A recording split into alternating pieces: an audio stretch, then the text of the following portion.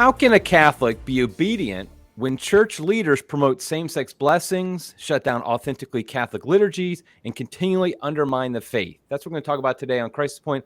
Hello, I'm Eric Sammons, your host, editor-in-chief of Crisis Magazine. Before we get started, just want to encourage people, hit that like button to subscribe to the channel, let other people know about it. We always appreciate that. Also, you can follow us on social media at Crisis Mag and subscribe to our email newsletter at just go crisismagazine.com, fill in your email address, and we'll send you our articles every day right to your inbox. Okay, so we have a return guest today, one of my favorites, Dr. Peter Kwasniewski. I'm going to read his bio just because I like to, even though I think most people know who he is. It's impressive enough. I think I want to read it anyway. He's a full-time writer and public speaker whose work is seen at websites and periodicals such as New Liturgical Movement, 1 Peter 5, Crisis Magazine, Orate Caeli, Catholic Family News, and Latin Mass Magazine. Dr. Kwasniewski has published extensively in academic and popular venues on sacramental and liturgical theology, Catholic social teaching, issues in the contemporary church, and the history and aesthetics of music. He's also a composer whose sacred choral music has been performed around the world. He's the author and editor of many books. They've been translated into more than 20 languages. And I like to say, knowing how many books Dr. Kwasniewski has edited or written is a moving target. You never know when he comes on the podcast if something has been published since I asked him a week or two ago. But two of his latest are Ultramontanism and Tradition, which he edited. And I will say I'm one of the writers in here. It's a great, it's on the role of papal authority in the Catholic faith, which we're going to talk about today. Also, Bound by Truth, which he wrote, didn't just edit. Authority, obedience, tradition, and the common good. And really, in a sense, the two of them, I think they work together. They work together, and we're going to kind of talk about a lot of these issues. But we're also going to apply them in this conversation to some of the issues going on today, because I think that's what really matters. So anyway, with that long introduction, welcome to the program, Peter. Thank you so much, Eric. It's always good to talk to you. Oh, yeah. And you're producing great work. Also, I didn't even mention, tell us, I'll put a link to it, but tell us the Substack address to go to see your writings. Right. Well, it's just, it is traditionsanity.substack.com. The Substack itself is called Tradition and Sanity. And I've been publishing since last April 2023.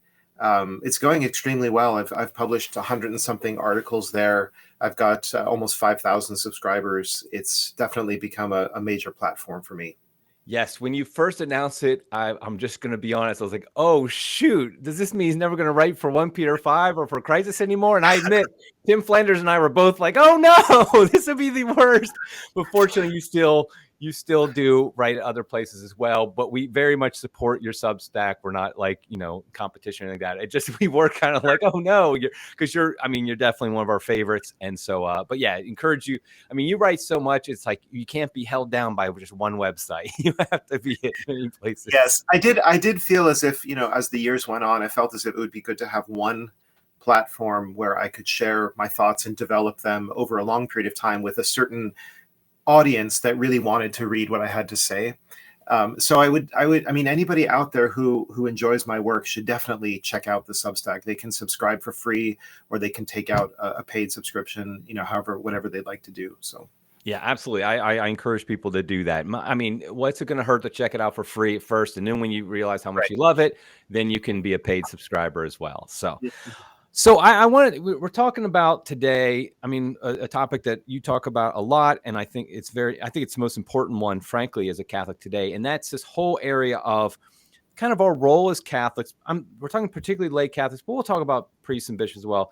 And like, how do we obey? How do we be good, submissive Catholics that we've always been taught to be, when the people in authority are not being obedient to and submissive to who they're supposed to be obedient and submissive to? Yes. And so kind of how's that work? And so I kind of want to start it off with, I think, something that is underlying all of our discussions as Catholics. And that is this whole idea of challenging the Pope. It just, I think if you have a good Catholic sense, a good Catholic ethos, that should automatically give you, there's a theological term, the heebie-jeebies. Yeah, exactly. It should make you kind of recoil. And so what is that proper way of because you and I are well known publicly for challenging the Pope. what right do we have to do that, and kind of what are the challenges to that, but also what are the potential pitfalls going too far, and what are the fears of like not going far enough, I guess, for lack of a better way. Exactly. Yeah, no, it's a fabulous question. It is the question, as you said, of the moment. I don't think it's always going to be the question of the moment. I think that there have been periods in church history where authority and obedience have worked generally fairly well together, and there will be periods, I'm confident, unless the world comes to an end, which is in God's hands. I think there will be periods again where that relationship is not as vexed and as frustrating as it is right now. But the reality is this. Obedience is not a black and white subject. It's not a switch that's either on or off, so that you're either always you're obedient unthinkingly, blindly to whatever authority dictates, or you're a rebel, right? I mean, that's the way that some people almost present this situation. But as I talk about, especially in Bound by Truth, every authority beneath God alone is supremely good. He alone is always true, always right, always to be obeyed, no matter what. But every authority under God, every created authority, is inherently fallible. I mean, this is, and the church is clear about the conditions under which an authority, well, in the Pope particularly, the circumstances under which he is infallible. But it's clear from even Vatican I that most of what the Pope says and does is not going to fall into that narrow category, right, of universal teaching on faith and morals that is binding on everybody under pain of sin. And so any created human authority is measured by God's authority. That means by the eternal law, by the natural law, by the divine law. And we have to basically, we should have a disposition of humility, docility, receptivity towards authority. That should be our default position until and unless there is a flagrant violation of what the authority is supposed to be doing, right?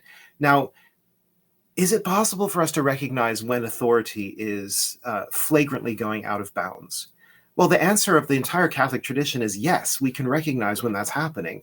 We can recognize it when it's happening on the part of civil authorities, presidents, prime ministers, kings, whoever they are, but also when priests, bishops, and popes are also going outside of the remit, outside of the boundaries of what they're supposed to be doing, when they actually turn against the good of the faithful in a particular case. And this has happened throughout church history. It's not something that happens every day, thanks be to God. I mean, our Lord has set up, structures of authority that, as I said before, generally function well, but they function well when there are virtuous men in those offices. When you have vicious men in offices of authority, then they can abuse their authority, and they have done so in history.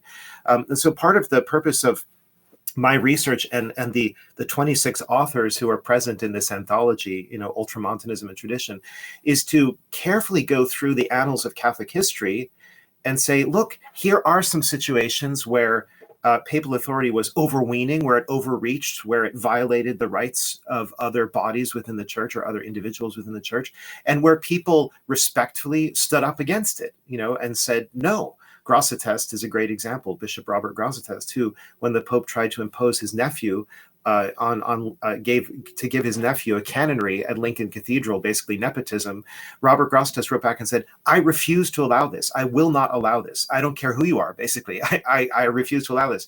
And he said, "I refuse to allow it because of my respect for your office. I will not let you abuse your office in this way."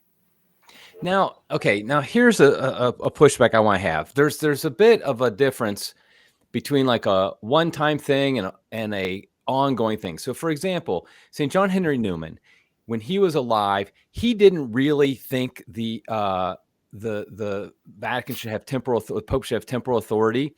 He kind of leaned against it and thought that didn't. In his time, he thought that didn't help the church for him to have temporal authority. But of course, Pope Pius IX at the time was and then Leo XIII was very much thought that the Pope should have this temporal authority. So in this case, we see John Henry Newman, a saint who's kind of resisting the Pope on this. But it's not like that's like a one-time thing. It's like one issue. It's obviously prudential, things like that. But what we're saying, and I think both you and I have basically said this, is we're kind of advocating a resistance to what popes are saying going back for decades, that Pope Paul VI, even John Paul II, whom I know both of us admired in many ways, but also we have serious criticisms of a CC meeting, things like that. And of course, even Pope Benedict a little bit, but especially, of course, Pope Francis. And isn't there something to be said for the Catholic idea? Like, okay, yeah, you can disagree here, you can disagree there. But now we're talking about disagreeing with the fundamental program of the Vatican for 5 to 6 decades. And that seems to be a lot deeper, a lot more disobedient, to kind of use that term, than just saying, okay, on these one-off situations.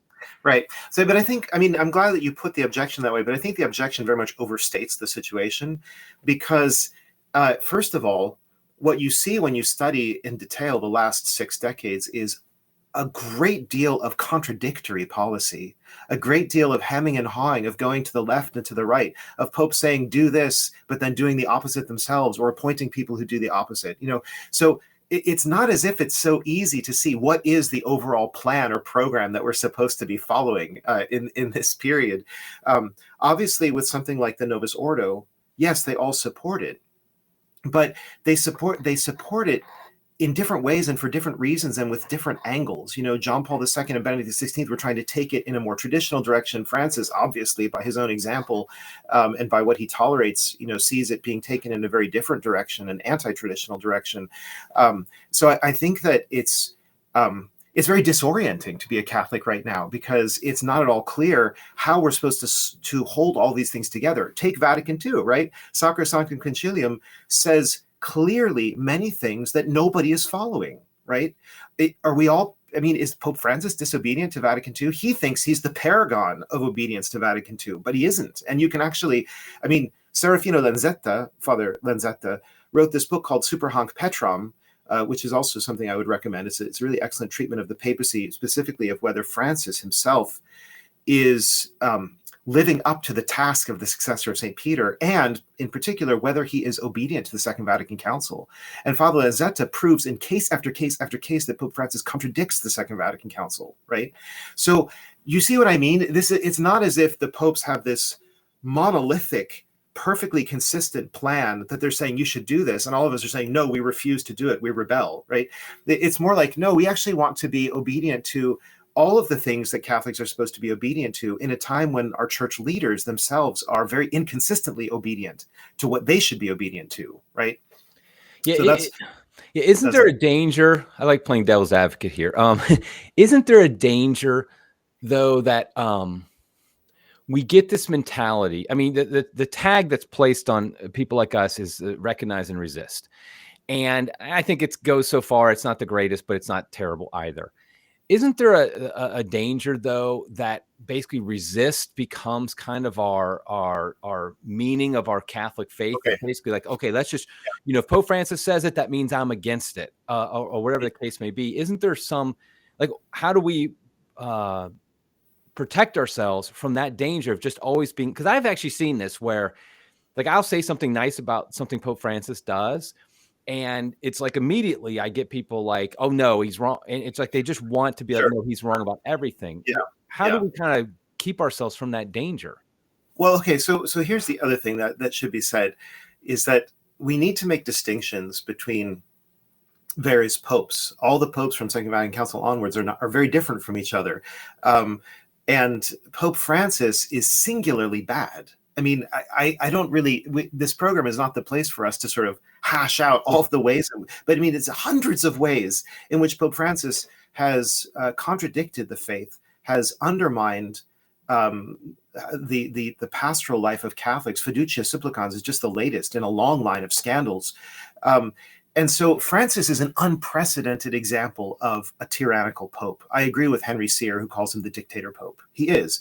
And so to have I think you wrote an article, or maybe somebody on Crisis wrote an article about, should we give Francis the benefit of the doubt? Yeah, right. Me. Yeah. And basically you said, well, we all tried to give him, or most of us, I certainly did, tried to give him the benefit of the doubt for as long as we possibly could hold out. For me, that was a couple of years. It was about a couple of years where I was able to square every circle, kind of, sort of. And then it was just like, okay, forget it. This is not working. We can see where he's coming from, what his agenda is. And that's only been vindicated over the past 11 years. those of us who early on said something is very fishy here, and not the fisherman's fishy. This is a bad kind of fishy, a smelly kind of fishy, right? Well, we were vindicated. We have been vindicated by that. So I think with Francis, there is more of a reason to be, at this point, basically skeptical and suspicious of almost everything he does and says. Particularly as his pontificate winds down, he seems to become more and more radical. And so what I would put it this way. There's this famous saying that Leo XIII quotes. I think it's in Satis Cognitum. He says something like, you have to beware the drop of poison that in the glass of water. That's not exactly how he puts it, but I can't remember the exact phrasing right now. But if Francis says something true, okay, fine. I mean, a broken clock is right twice a day. I mean, of course he's going to say certain things that are true. He's not simply a machine of error, right? But there are so many problems in Francis's teaching that I would never, for example, cite him as an authority. There are many, many other authorities that are far better than Francis to quote on any given topic, whether it's pro-life or, abortion or marriage or whatever the case might be. I'm not going to quote some nice thing that Francis says about marriage when he wrote Amoris Laetitia. Sorry, I'm not going to do that, right? But as for yeah, go ahead. I was going to say, so I think I don't really want to go down this completely here, but I feel like it has to be addressed. Then why do you recognize him as Pope? Because that's obviously a lot of people we know and respect and friends and people, have said, well, because of this kind of total picture that you basically just described, then why do we continue the kind of facade that some people claim for us of recognizing him as actually the Pope? Like, what purposes he, if he's the Pope, but we're basically saying everything he does, we can't give him the benefit of the doubt. Should we even accept him really as the Pope? Yeah, I mean, I think that so this book, by the way, is really helpful on this subject because it has some essays at the beginning, like what may be done about a heretical pope by a Dominican friar, on the question of a heretical pope by Bishop Schneider, on papal resignation and papal heresy, and so forth. In other words, these writers go through the very difficult question, which has been talked about for centuries in the church. It's not some kind of new question. What can you have a pope who's a heretic, either a material heretic? Can he ever think heretically and believe error, or a formal heretic? Can we have that situation? And if we do have that situation, what can be done about it, right? Does the Pope automatically lose his office? That's a very common position that people have. He's lost his office. And we can judge that. We lay people can see that he's a heretic and therefore he's not the Pope. But I think that what this book presents consistently from many authors, the position that no individual Catholic is authorized to make a final decision about whether a Pope is a heretic or not. In church history, when the rare cases where papal heresy or collusion or complicity with heresy has arisen, it's been adjudicated by a subsequent pope or by a council, right? It has to be, the Pope is not judged by anyone on earth, but his actions and his words can be evaluated, and certainly by those who are his peers, either other popes or bishops in council. They can be after he's dead, certainly they can be evaluated and sifted through. And this is what, I hope and pray for. But if you have a hierarchical church where somebody is clearly recognized as holding a certain office, and there's a universal consent that he holds that office, it doesn't matter what your worries or anxieties about him are. You still have to acknowledge that he, in a sort of raw material sense, he holds that office. He's sitting in the chair, right? He's the one who's in the office that says Pope, knock on the door. He's the one who's in there, right? In that very basic, bare material sense, he's the Pope. He might, as it could turn out in the future, people look back and they say, yes, he was acting as the Pope, but much of what he taught is not to be accepted. And I think we can already tentatively reach that conclusion for ourselves, at least as an operational principle. But it would be absurd to think that any individual Catholic could decide who is holding an office or who is not holding an office, right? I think that's not going to work. Yeah, and I can't remember. I'm not sure if I've said this publicly, but I do. I've told numerous people this, is that, like, in the future, one day, I think that a future council, a future pope will probably declare, like, the Francis papacy, the acts of Francis papacy, null and void. I mean, just kind of like, let's just kind of all of it, just throw it out into the trash bin. I don't think they'll ever say, though, he wasn't the Pope. I think, first of all, I just think that because you'd open up such a can of worms if you did that. Because then all of a sudden you've just made the precedent that a future pope can just say a past pope was never the pope, and so every single pope's authority comes into question at that point. Right. You say, oh well, a future pope is just going to say this guy's not pope. So I think that it might be a selective null and void on his acts, but the point is that it would basically be like, let's just move on from this and go a different direction. I agree. That would be the best scenario. But the other thing I want to point out here is this: Pope Francis certainly has taught an enormous amount in the sense that he issues documents and he gives speeches and what have you. But he has never even come close to invoking his solemn authority as the successor of Peter to bind and loose, to define in a matter of faith and morals.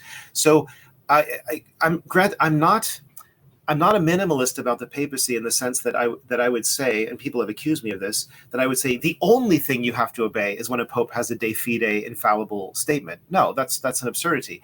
There is such a thing as the ordinary papal magisterium, and you are supposed to normally, in normal circumstances, you should obediently accept that. You should have religious assent of mind to that teaching. But it's also true, and Ed Fazer is particularly good on this question, and he's in this anthology, Ultramontanism and Tradition, on this point. He's very good at pointing out the opposite of infallible is fallible. So actually, the ordinary papal magisterium can be an error.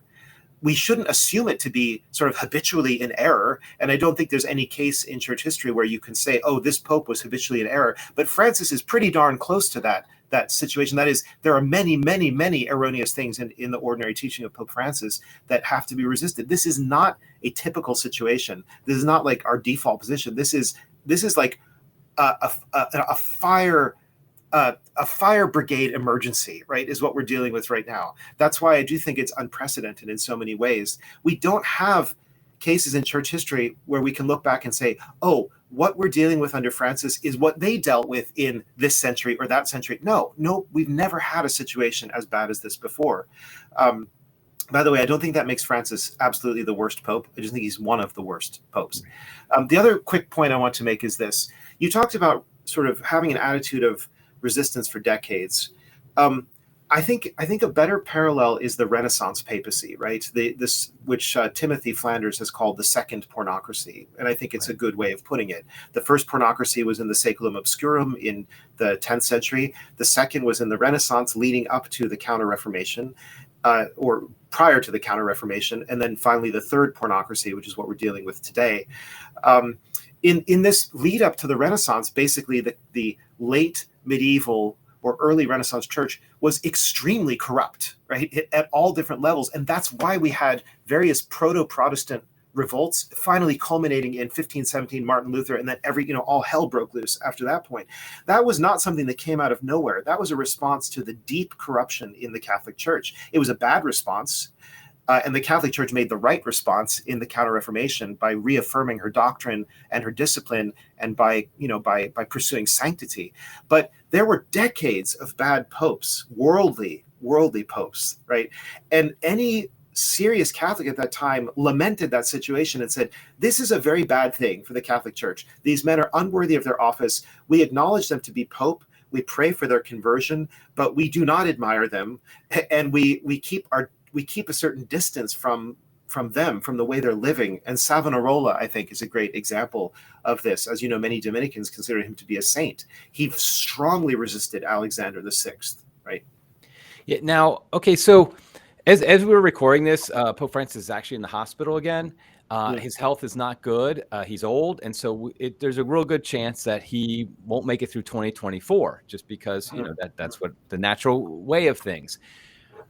Well, I guess I was just you personally, like when the next pope comes, and let's just say it's a pope that they pick a cardinal who is, and it's not Cardinal Burke, but it's not necessarily Cardinal Fernandez either.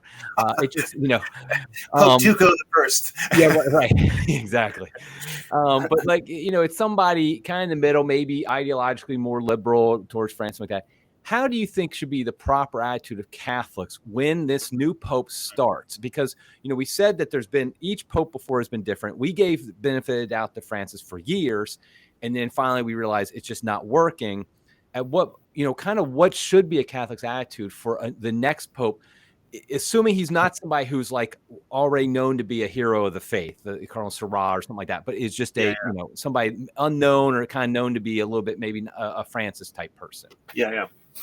Well, I mean, again, obviously, we should give him the benefit of the doubt. We really should. I mean, that's what we owe to any human being who takes office for the first time. It's true, you could look at their record and say, oh, he's done this and he's done that, and he's met with communists, and he shook the hand of a Freemason and whatever. You can look at all that in the past, but every time somebody takes up a new office, there's a new grace of office, a new charism of office that they receive. God gives them the opportunity to live this office well and virtuously. I think we have to have a supernatural perspective. I agree with Roberto de Mattei about this, that when a man is elected pope, God is offering him huge graces, right? And there have been examples in church history, to go back again we have to study church history, but there have been cases where rather lukewarm and secular cardinals have been elected pope, and they've suddenly revved up to the office, and they've started acting as reformers, right? How did that happen? Where did that come from? That's grace. Grace is transformative. Grace is powerful. We've all seen that in our own lives, when God has pushed us from one level to the next through some kind of conversion experience or conversion, grace of conversion, right? So I think we owe the benefit of the doubt to anyone who takes up a new office. That's the simple point. And, let's say it's somebody like, I really believe, and so I think that George Weigel believes this, and Edward Penton and other people who have done very deep analysis of the College of Cardinals, right? That the next pope is not going to be a Francis clone. He's not going to be a Francis II. I hope he doesn't take the name Francis II, but maybe he could as a sort of curveball to surprise everybody that I'm not like the first Francis. There have been precedents for that too in church history, where the same papal name has been like a radically different kind of person. But I think that it's much more likely to be someone like Cardinal Zuppi. I'm not saying he in particular is the most papabile, but he's an example of, he's a politician, he's a diplomat, he hangs out with communists, okay, but he also celebrates solemn pontifical traditional vespers in Rome. He has no axe to grind against the traditionalists. He seems to have the attitude of a true liberal. Whatever floats your boat, let 1,000 flowers bloom, right? I think that's much more likely to be the kind of person that the cardinals will want to elect next time. And that kind of person could then be an ally for us, even if we disagree with his liberalism. He could be the kind of pope who might give us a Summorum Pontificum 2.0. So I think we shouldn't burn our bridges, from the start. Yeah, I think that's wise counsel, because I kind of lean towards the same thinking. And I'm not an expert on like the whole college. I don't follow the whole like who's papal, all that stuff. But at the same time, it just seems to me there's such a widespread, we'll say, frustration among bishops with Francis, how he goes about doing things, not necessarily with what he believes. I mean, I think a lot of bishops and cardinals might agree with him, but how he goes about it. He causes so many problems for bishops. I mean, the best example, of course, is Traditionalist Custodes, where he just like caused problems for bishops, is all that does. Right. Because now all of a sudden these people who were basically quiet, kind of off to the side, gave their tithes and kind of kept to themselves.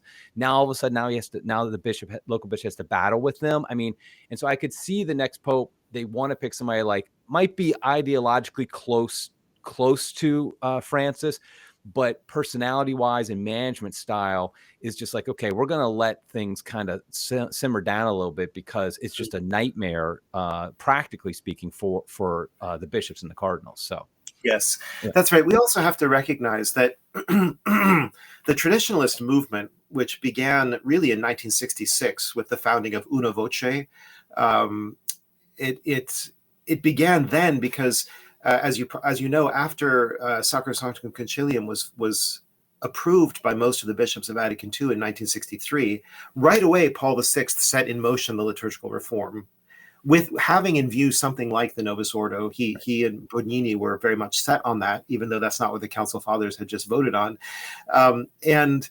they started making changes pretty quickly, 1964, 1965, 1966. And so the Catholics who loved the Latin Gregorian Mass were already in a panic and already scandalized by what was happening in the mid 1960s. So that's really where the traditionalist movement began, even years before the Novus Ordo came out. When the Novus Ordo came out in 1969, they were even more alarmed and even more scandalized, because that was a much more radical step than already what had been done. And so the point I want to make is, under John Paul II, Paul VI himself, John Paul II, Benedict XVI, they all increasingly opened up access to the traditional rites of the church. But there was never a lot of support on their part. It was more like a toleration or an opening up of a space. And the bishops themselves were the ones who had to do the heavy lifting. And some were generous and some were stingy, right? And so the point is, whoever the Pope is going to be in the future, traditionalists will still have a lot of grassroots, on the ground work to do to build up traditional communities, build up chapels, buy the vestments, get the priests trained, educate, right? We have to keep doing that. We're not, I mean, it would take an absolute huge divine intervention and miracle to end up with a traditional pope at this point in time. We might get one 20 or 30 years from now, maybe even sooner, if God is more merciful to us than we deserve. But I mean, to get a really traditionally minded pope is going to take somebody who's young right now, reaching the age of 75, but having these more traditional ideas. Like, we meet with young clergy. All the young clergy are conservative or traditional, right? But they're very far away from being bishops or popes, So we have a lot of work to do, regardless of who the pope is. Yeah, let's just talk about that, the situation with the Latin Mass, with Traditionis Custodes. And what we've seen is, of course, that came out, was that 2019? It feels like it's forever. I think that's what year it came out. Wasn't it like 5 years ago? Or was it, I feel like it was before COVID, right? Yeah. No, it was 2021. 2021, exactly. Sorry. Okay, yeah, 2021 was after COVID. Yeah, I remember that now. Okay. Because, okay. Anyway, what we see is, like, we've seen waves of bishops responding to it. Like, there was the first wave of the ones who were ideologically completely against traditional Latin Mass, kind of cracked down. Then we saw, but a lot of them just kind of let it go. And then we see another wave where someone would start like cracking down on ad orientum and Novus Ordo kind of weirdly and things like that. We're seeing, I feel like another wave this year. Yeah. And it really seems to be kind of stepping up. We know publicly, of, like, for example, in Austin, Texas, the Cathedral Mass is being shut down. I actually have an article at Crisis coming out this week from a woman who attends that Mass. And then now we just heard that the Cardinal Archbishop of Westminster, Cardinal Nichols, is shutting down, not allowing the traditional Latin Mass for the Triduum Masses this Easter for the first time. This is the first time it won't be since like the 90s, I think. And so we're seeing this. And also, I've heard that I just from, I can't say where or anything like that, but at some other dioceses are getting ready to also clamp down. And they explicitly, the word is, it's because the Vatican is putting very hard pressure on them. You've got to do this. And yes. I've heard, hear different things. And I know the knee-jerk thing is to get angry with the bishops who go along with this. And I'm not saying you shouldn't on some level, but I've heard also that, like, some bishops, what they're trying to do is they're trying to work out something to keep the Vatican relatively pacified while still keeping at least a traditional Latin Mass here or there. And their thinking is that, I mean, this is bishops who are close to the age of retirement or have already reached it. And their thinking is they can help influence who the next bishop after them will be. And, there's all these like different things. So I kind of just want to get your thoughts on the lay of the land right now when it comes to the implementation of Traditionis Custodes, how bishops are reacting, and kind of what's going on with that. Yes. Well, I mean, I think that I think you're right. First of all, there is a new wave coming along, and the Vatican they're not very savvy when it comes to media relations in general, but I think they have picked up well enough by now that every time they issue some kind of document from the top down that says everybody has to do this, it creates a firestorm of protest. So they're not using that strategy anymore. After Cardinal Roche issued his rescript, whenever that was, a year ago or something, I think what they've figured out is we just need to send the papal nuncio or somebody who represents the Vatican to various bishops, sit down in person and say, look, there's no arguing about this. You are going to do this, this, and this. Remember Bishop Strickland, or just something like that, right? I mean, that's really all they have to do. And if you have, I'm sorry to say it, but the big crisis in the hierarchy of the church right now is spineless bishops. They don't stand up for the truth. They don't stand up for the rights of the faithful. They don't stand up for anything, it seems, right? I mean, whether it's secular pressure or pressure coming from the Vatican. And I think part of the problem is that they're not very, I mean, they have internalized for such a long time this, it's a kind of ultramontanism, but it's more like a bureaucratic corporate mentality, right?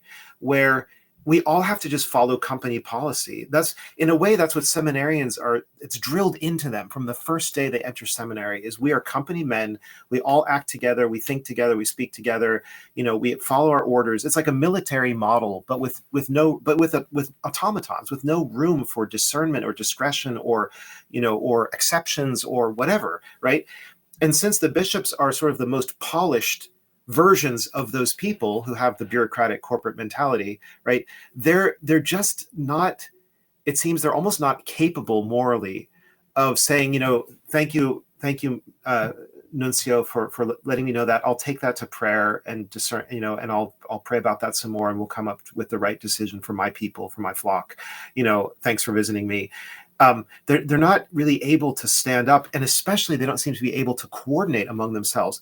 I'm convinced that if, let's say, 20 bishops, and I think that there could be that many in the United States, 20 bishops got together who were all very much in favor of keeping the Latin Mass alive and well in their dioceses, if they all got together and had a common policy and said, this is what we're going to do, we're all going to stick together, maybe even publicly, right, come out and in that way, is the Vatican going to sack all 20 of them? I mean, what's going to happen? There is strength in numbers, and it seems like that just isn't in their thinking. I've also said that about diocesan priests, right? There are certain dioceses where you have maybe 10 or 15 priests who celebrate the Latin Mass, and it's being taken away from all of them. Why don't they all get together and stand up together and say, no, we're not going to accept this. All of us are retiring. We're all leaving the diocese if you take the Latin Mass away from us, right? I in Bound by Truth, I argue in defense of this kind of move. Yeah, it's, but I think you would acknowledge it is a difficult one because nobody wants to be the first one, because the first one's the one who gets, shot down. I mean, it gets the Strickland treatment, and nobody wants that to be the case. I mean, obviously, they have to be faithful to Christ, but yeah, that's why they have to act together. That's my point, is that then there isn't the first one who's shot down. Now, I suppose if 20 bishops got together, then the Pope would say, find out who's the bishop behind all of this and let's sack him, right? So, I mean, I'm not saying that it would be somehow like a bulletproof vest, right? But come on, the Catholics, at the end of the day, the Catholics who are attending the traditional Latin Mass are some of the most faithful, dedicated, hardworking, generous Catholics, pious Catholics, big families, vocations, right? How in the world can any sane person how can any believer in Christ justify targeting these people and taking away from them not just any old liturgy like a charismatic guitar mass or whatever, but taking away from them the immemorial liturgy of the Roman Church, the one that most of our saints prayed and were sanctified in? This is such an absurdity. It reaches the height of absurdity. And I think that people who are willing to swallow that absurdity, that is, who are willing to say, oh, sure, it doesn't matter what this rite is, how venerable, how immemorial, how holy, how saint saturated, it doesn't matter. What the Pope says goes. They are nominalists, they're legal positivists, they have no sense of the truth, of goodness, of beauty in itself, right? It's all just about what the great leader dictates. Well, I'm sorry, that sounds like North Korea, okay, or China. This doesn't sound like the Catholic Church. It doesn't sound like any human or humane society, right? Yeah, and it does come back to what you said, spinelessness, because I think most bishops, I'm not talking about the ideologues, the Supiches, the Gregories, but most bishops, they know that the people who attend the traditional Latin Mass are exactly as you described them. They're just kind of soul of the earth Catholics who are just like doing their jobs. They're maintaining the faith. They're having big families. They're producing vocations. All the things that Vatican II wanted everybody to do. They're actually doing it in real life, and I think they know that. But ultimately, there's not enough there's not enough of them. And in the sense that for a bishop, there's not enough political capital he's willing to spend for that small group. And so ultimately it's like, when I have to balance between, okay, the corrupt people at the Vatican are telling me this to do this small group.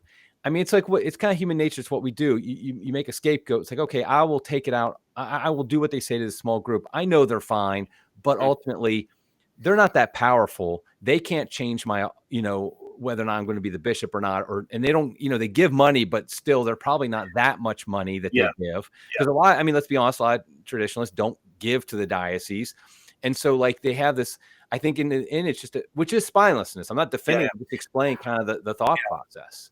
Yeah, no. And I would add here that it's really only the bishops who have a deep appreciation from personal experience of the traditional rite and of the traditional communities. When they have that intimate personal experience, they recognize the value of it. They recognize that it's a precious jewel, that it's a powerhouse, for renewal in the church. They recognize that. They see the young people who are drawn to it. You've probably noticed lately there's this rash of articles about Gen Z, and how they're being drawn to tradition in this way or that way, right? And often in weird forms. We know that, but often enough they're drawn towards Catholic tradition, specifically traditional Catholicism, right? It's a powerful tool for evangelization. I think there are some bishops who are clued into that. But the other thing you have to wonder is, really, I agree with you that a lot of bishops, they might be having this kind of thinking where they're not really trying to shut down the Latin Mass as such. They feel pressured by Rome. They feel like they're between a rock and a hard place. They're just trying to placate or whatever. Okay, fine. That might be true of them. But surely there must be bishops who are intelligent enough to recognize that the reason the current regime in Rome, and people like Supich and McElroy and whatever, the reason they want to shut down the Latin Mass communities is because they know that those communities are not in favor of the new religion, of the new church of Pope Francis, right? Of the globalist, liberal, progressive, New World Order type church that Francis is very much behind. And so they know that these are the pockets of either explicit resistance, like somebody like me, or implicit resistance, just by the fact of people going to this old liturgy and hearing Orthodox preaching and having large families. These people are seen as enemies of the development of doctrine of the God of surprises that these people apparently believe in. I don't really know what they believe in ultimately, but it seems like, at least superficially, that they believe in some kind of new version of Christianity. And so they have to get rid of the old version of Christianity, right? So that's very much what is driving all of this. It's not about fidelity to Vatican II. It's not about obeying adhering to the Novus Ordo. It's about stamping out the traditional Catholic way of life and way of belief. That's what it's about. Yeah, and I think, honestly, I think everybody knows that too. Like they might not say it outright like you just did, but like they kind of know that's it, because the whole fidelity to Vatican II thing is such a joke anymore. Because I would argue very strongly that your typical Latin Mass community is a better fulfillment of the desires of the Council Fathers than anything else you're going to see today. I mean, it's closer to Sacrosanctum Concilium, but it's also closer to everything else they talk about. In a lot of ways. So I really, it's the type of parish they actually foresaw and wanted. Exactly. And if fidelity to Vatican II or infidelity to Vatican II is a reason for shutting churches down, then pretty much every church in the Novus Ordo world should be shut down. Right. With the exception of a few unicorn places here and there. Right. Exactly. Now let's shift a little bit to lay people in this situation, in that, okay, your Latin Mass gets shut down. I talked about this a little on a podcast I did about how they kind of throw you the bone of the Reverend Novus Ordo, but of course that's not the same thing. But like for a lay Catholic family, I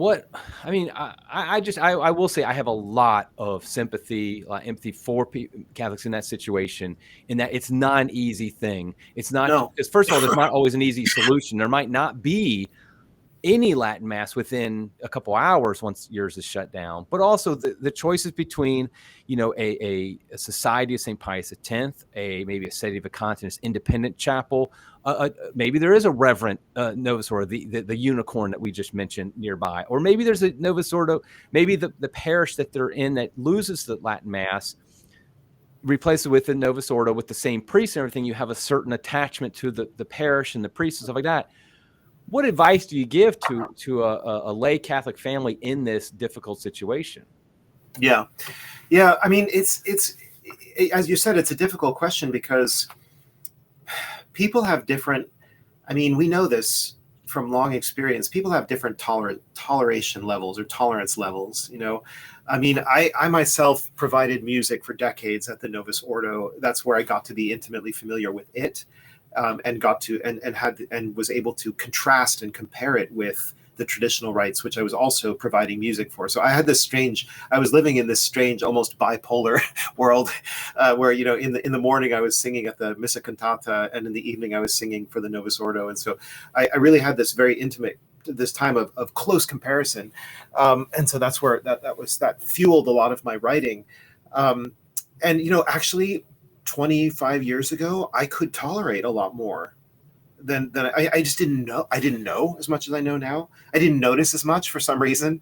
I think when you become steeped in the traditional rites of the church, you understand the fittingness and the beauty and and also the doctrinal and moral issues that are at stake in the way we worship. All of that stuff becomes more and more apparent to you over time, and becomes more and more difficult to go back to the Novus Ordo, even when it's celebrated rather well, because there are things about it that just start to grate you, because you can see, oh, they changed that. Why did they change that? Oh, it doesn't seem to be for a good reason. And there's never a good there's almost never a good reason for the changes that were made. It's always something like, lay involvement or women involvement, or, conformity to the modern styles of music, or whatever it might be. There's always some kind of dubious reason behind these changes, and you start to pick up on that, especially if you study the matter, and you don't just use your senses. So it's really difficult to say what people should do, but honestly, at this point, I say to people, look, the Vatican, Pope Francis made it clear they want to stamp out the Latin Mass completely. They really do. They said that. We shouldn't be surprised at what they're doing. They said, we're going to phase this out. And When they gave 2-year extensions to this place or that place, we know what that means. It means after 2 years, very likely the answer is, that's it. Goodbye. Provide a Novus Ordo for these people, and educate them, or re-educate them. So I say to people, look, this is a battle over the very identity of Catholicism. It's a battle over the meaning of Catholicism, our connection to truth, which you can find millions of saints who say, or millions, thousands of passages in the writings of the saints where they talk about the normative value of tradition. We do what we do because we inherited it from our fathers, right? They did it. It's good for them. It's good for us, right? We don't introduce novelties and so forth. So I think this is not just about my preference. It's my preference to worship this way or that way. It's about a whole way of believing and living as Catholics. And that's what's under attack by the progressives and the modernists. That is very much under attack. If you recognize that to be the case, and I think very many people do recognize that to be the case, then you need to seek out a traditional rite of the church, Eastern or Western. You should not settle for the Novus Ordo for all of the reasons that we could go into in any number of conversations. You shouldn't settle for that, because what you're doing, if you accept the withdrawal of the traditional rite and the substitution of the new rite, you're basically just throwing in the towel, and you're just saying, okay, I give up on this. I'm not gonna fight this anymore. No, go and find a traditional mass. If that means the society, then go to the society. If that means a Byzantine rite, as at least as a temporary home away from home, then go to the Byzantine rite. If it means thinking about relocating, granted, that's risky because Latin masses can get shot down anywhere, but there are dioceses that have more Latin masses, or that have the Fraternity of St. Peter or the Institute of Christ the King, which for now seem to be safe, right? And much more stable. A fraternity parish has Latin mass right now 365 days a year. So I think that there are hard decisions people have to make. I'm not going to try to make the decisions for them, but I think that that what we must never do is simply surrender altogether the fundamental principle of the traditionalist movement, which is that we Catholics have a right to their inheritance, and that we have a duty to receive and to cherish and to pass on that inheritance.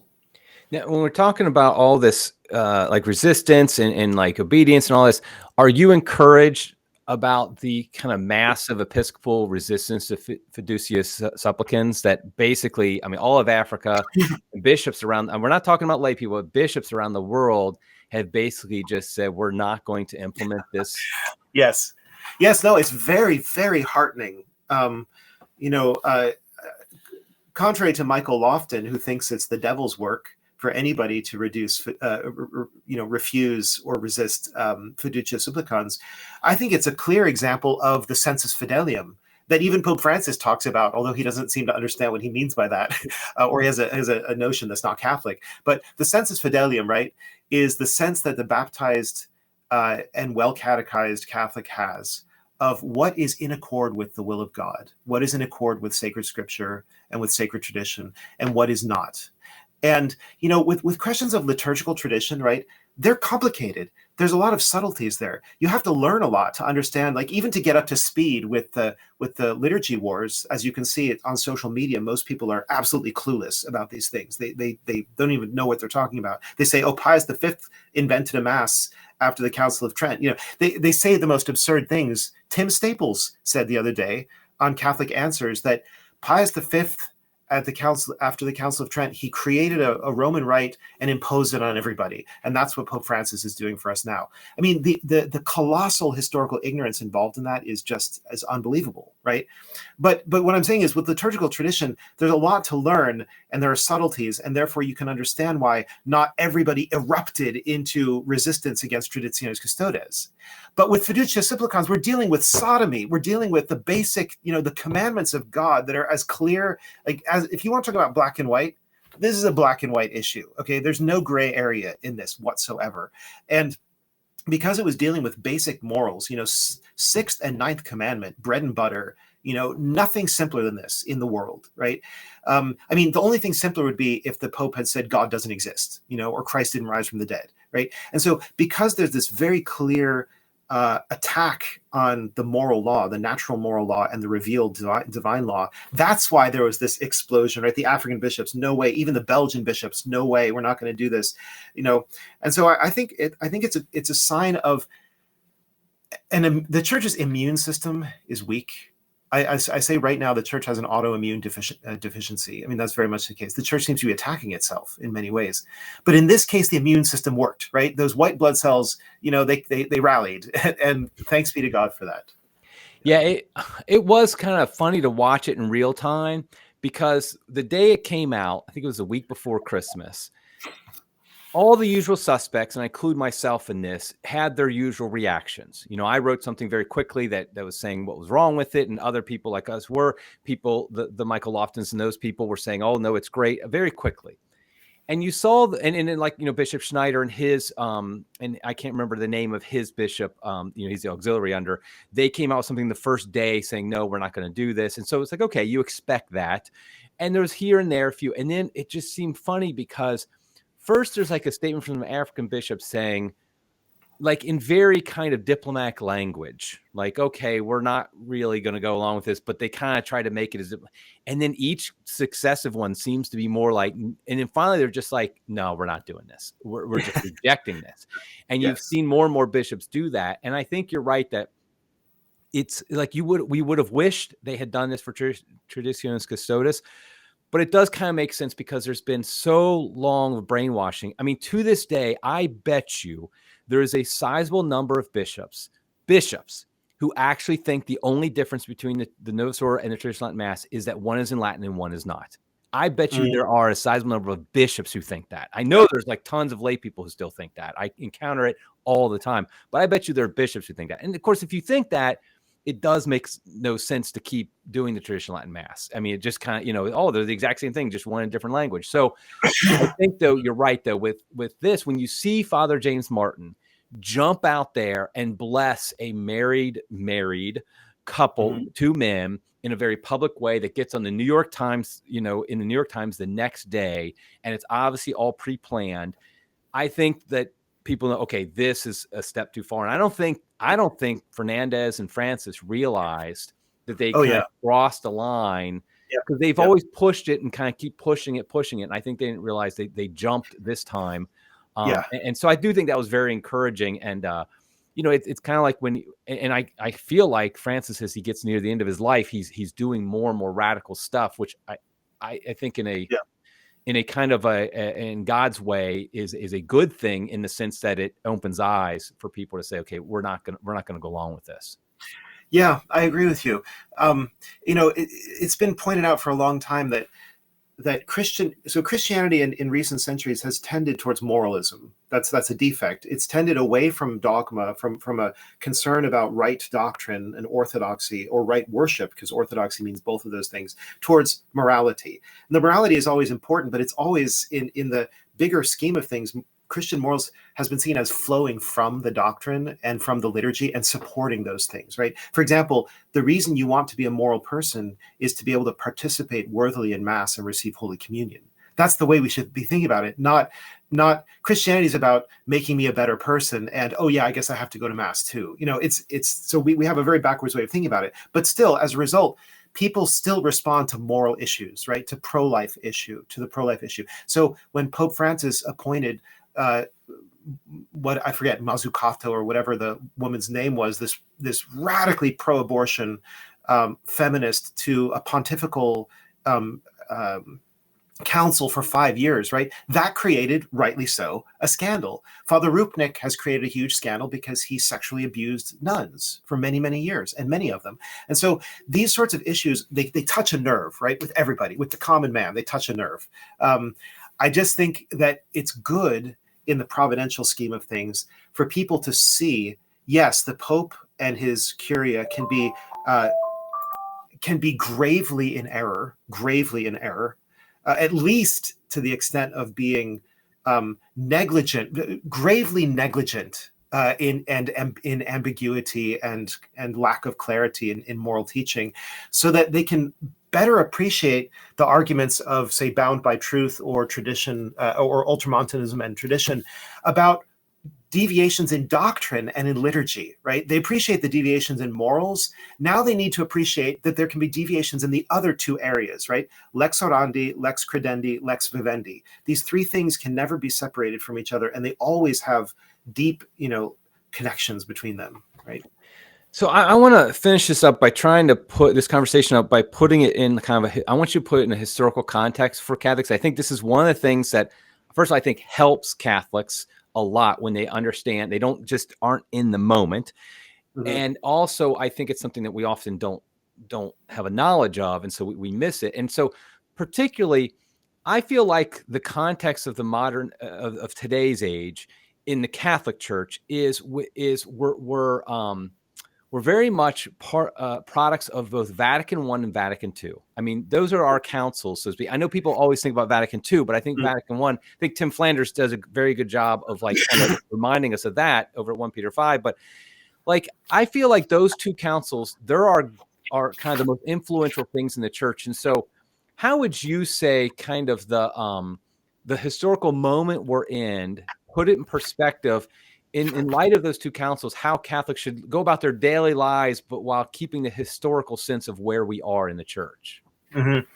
Yeah, it's a very complicated question. There's like an answer in 30 seconds. No, 200 pages worth of that in the book Ultramontanism and Tradition. But yeah, I mean, so I think you can think of it this way, right? Vatican I was going to talk about a lot of different topics. They had a full outline of topics. And as the political situation degenerated in Rome in 1870, and it was looking as if, increasingly as if there was going to be an invasion of Rome, and that the council would be endangered, right? That there was a move to basically thrust ahead of all the other agenda points the discussion of papal infallibility, which was being pushed very hard by the group of people historically known as the Ultramontanes or the Ultramontanists. Cardinal Manning of England was kind of the leader of that group. And they wanted a very strong statement of the Pope's infallibility. And some of them, especially the lay people like Villot, they wanted it to be that the Pope is always infallible, right? And that, or at least he should be treated as such. That was definitely not what was passed. A fairly moderate statement of papal infallibility was passed. But the problem is the council ended rapidly after that. And the rest of the agenda was never covered. So it was a very imbalanced ecclesiology. It was like all about the Pope and practically nothing about anything else, right? In terms of ecclesiology.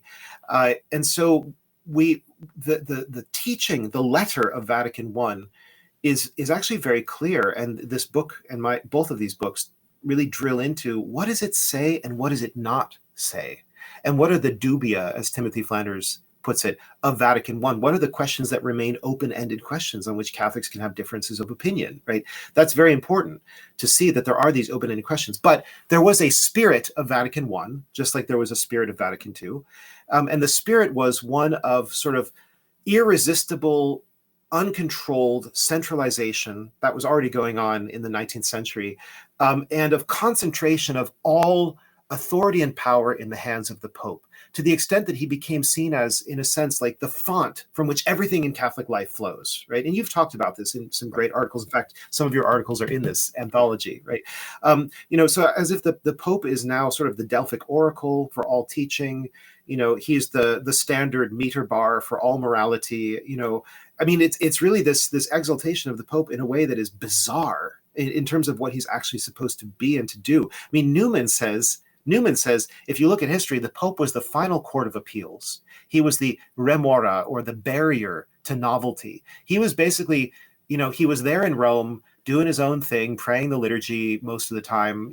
Nobody hardly heard of him. And then there was some controversy, Jansenism. And then the Pope would come in and slam, hammer down all these errors and say, okay, you can't hold these things. And then he'd go back to his quiet, life of prayer. And that's basically the way the church functioned for century after century after century.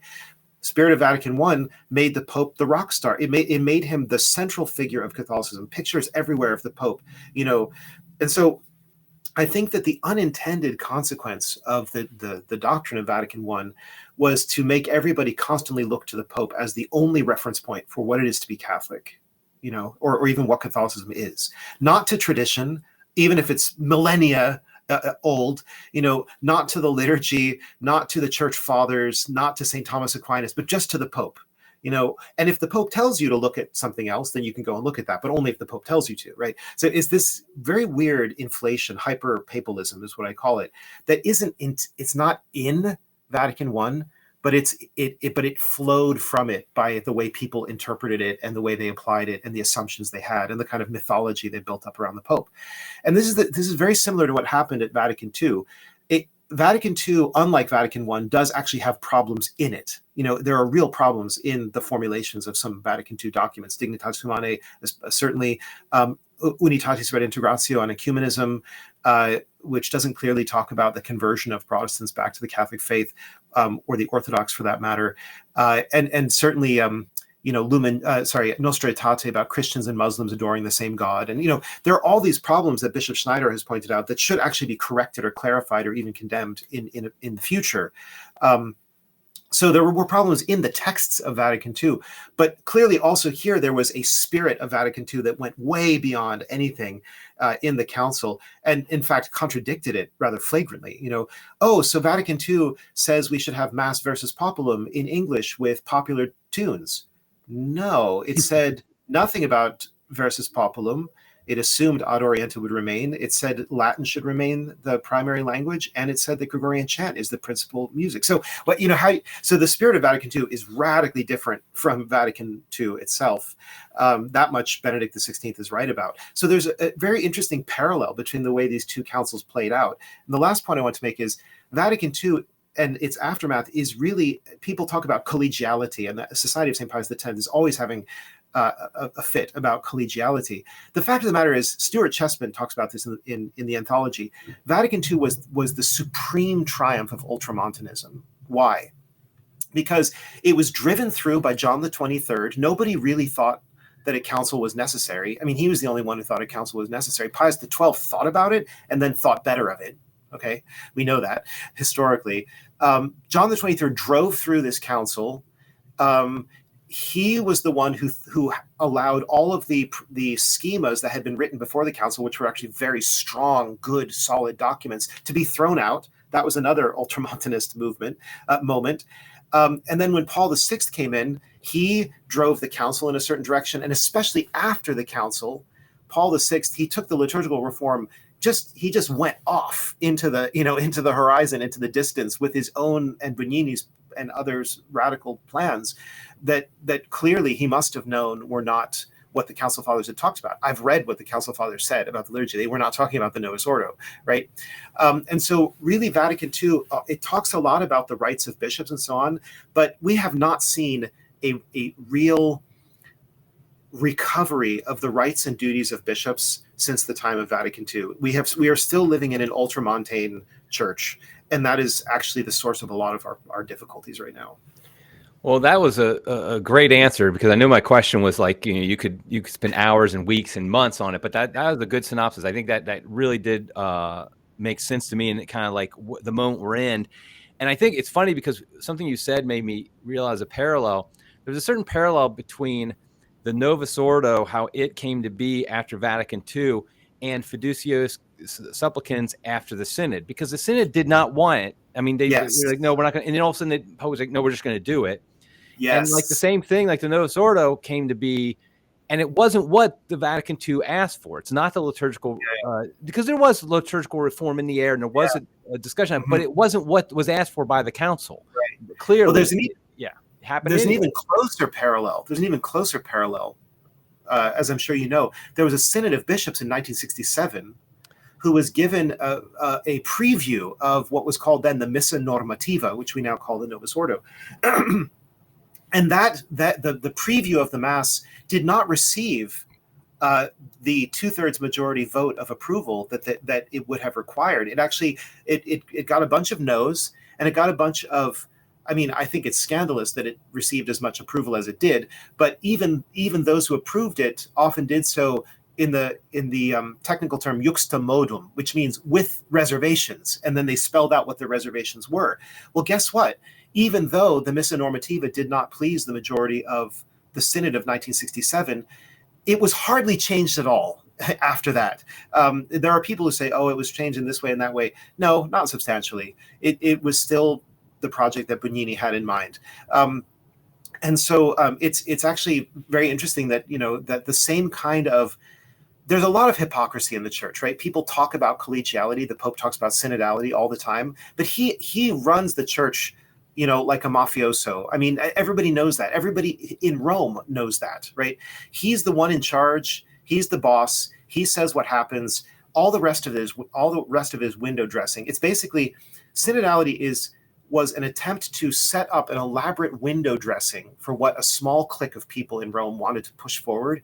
And when they saw that they weren't going to get it from the Synod, they just said, to hell with it. We're just going to go with this anyway, right? Well, Raymond D'Souza, Father D'Souza, wrote that fantastic piece of The Catholic Thing about how synodality is dead and buried. Right. And he basically says, do you think anybody's going to believe anymore that synodality is any more than hot air? When it was massively contradicted, on such a hot button item. So anyway, very interesting. Yeah, it is. I think we're going to wrap it up there, but I think these are, I appreciate this conversation. I think it's great. I want to make sure people know, of course, about the two books right now, Ultramontanism and Tradition, The Role of Papal Authority in the Catholic Faith. This is edited by Dr. Kwasniewski. A lot of different great writers in there. He also threw me in as a bone, I think. And then we have written by Dr. Kwasniewski, Bound by Truth, Authority, Obedience, Tradition, and the Common Good. And I will be sure to put links on the show notes of where to get them. And I'm going to ask Peter actually afterwards to make sure I get the right links so we get them in the right place. We try here not to get people to buy it from the bookseller that will not be named, but I get that people go there. So anyway, so I encourage people to buy both these books. I think they're great. So thank you very much, Peter, for being on the program. Thank you, Eric. It's a delight. Yeah. Okay, everybody. Until next time. God love you.